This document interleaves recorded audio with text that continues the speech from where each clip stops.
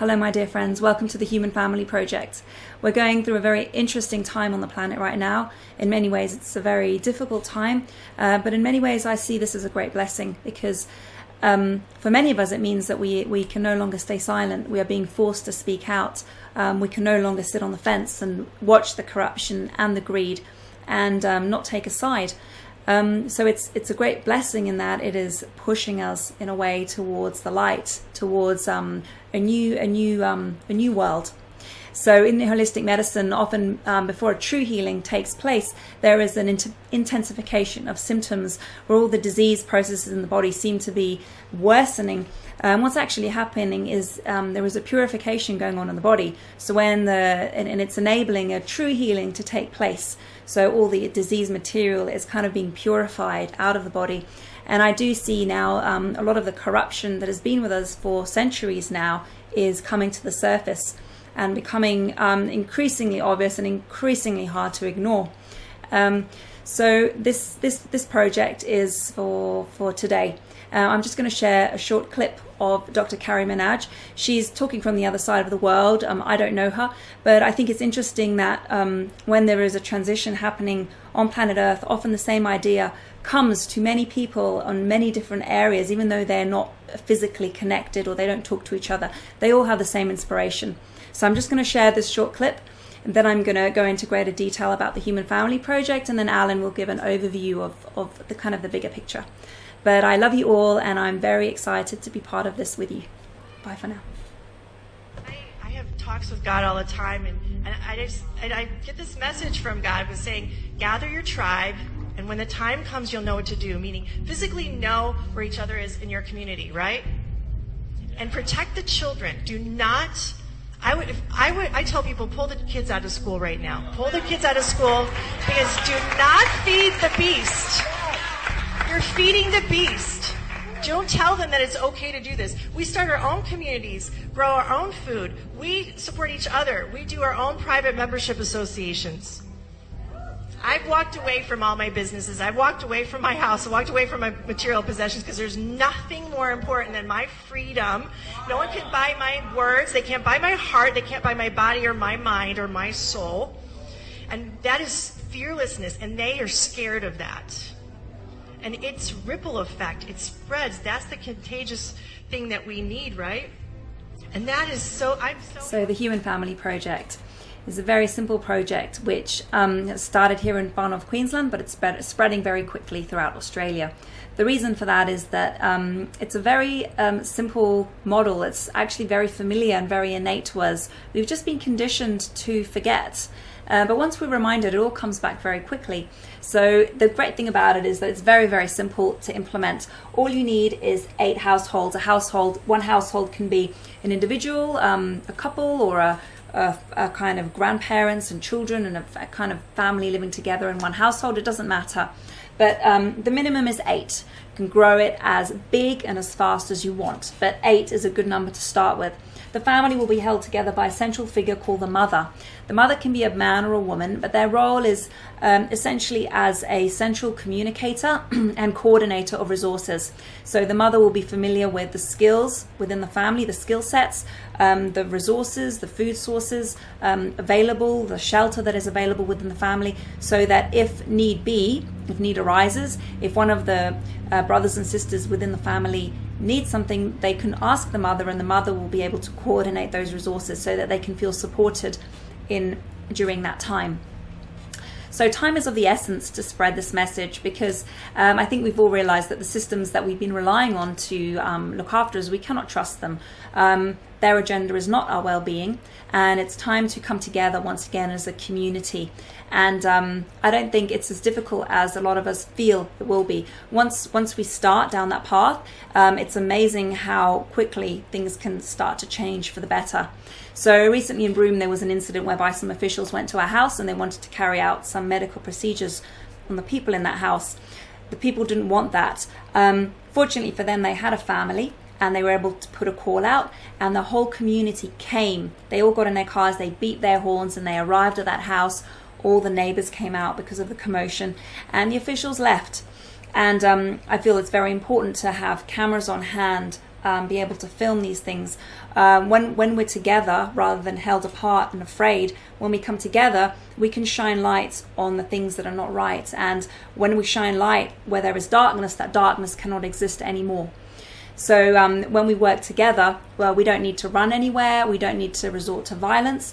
Simply by coming together, we can achieve things that seemed like we could only dream of them previously. So once a family becomes, a mother may decide at one point that a family has become too big, and in that case the family can be split, or a new family can be started with a new mother, and that mother will be able to turn to the grandmother, the mother of the previous family, and take advantage of her networks, of her access to resources, and that way we can all connect together, and these networks can be far-reaching. And there's no need to, I mean, it's fine if you have certain belief systems, or you trust a certain party or a certain figure, it's fine, but we will no longer be relying on these outer entities to come in and rescue us and make our lives great. We will take matters into our own hands and start to create the future that we want for our children at a grassroots level. So in the same way that there's two criteria for bringing members into your family. The first is trust. It's very important that we have that we vote on new members based on a feeling of trust. It's a feeling that we have, I guess, it comes down to the heart. You may not get on with these people brilliantly or want to spend a lot of time socially with them, but you know deep down that if the need comes, if the need arises, they will be there for you. Just like a normal family, you know, the way we would show up for our brothers and sisters, for our parents, for our children, that's how we're going to stand together as a community. And the other criteria that's very important is proximity. The reason we want family members to be close by is because it makes sharing resources much easier. And also, if there is an emergency or there is a call out from the mother, everyone can be there within minutes. So that's why proximity is also another important criteria. So if you feel that you would like to be the mother of your own family, or you don't want to take on that role, but you do want to start putting a family together, do reach out to us and connect with us. That way we can help you and support you, and you may also be able to help us. And if we know of people who feel alone and lacking in support in your area, we will be able to put them in touch with you. So that's all for now for this video. We'll be putting out more videos in future, but yeah, that's all for now. Thank you. Hello family, this is Alan. I'm just excited to activate Project Human Families. It's about time we activated it. We've been fine-tuning it for a few months now, and we've got a few families in far north Queensland, Australia, and we've kicked off. We have time limits, so we don't have much time, since a lot of people have now realized that the politicians, that the elite don't care about us anymore, especially after the health minister said that now it's good to vaccinate the 5 to 11-year-old. So they're after our children. Obviously they've crossed the line now, and it's time for the human families to unite.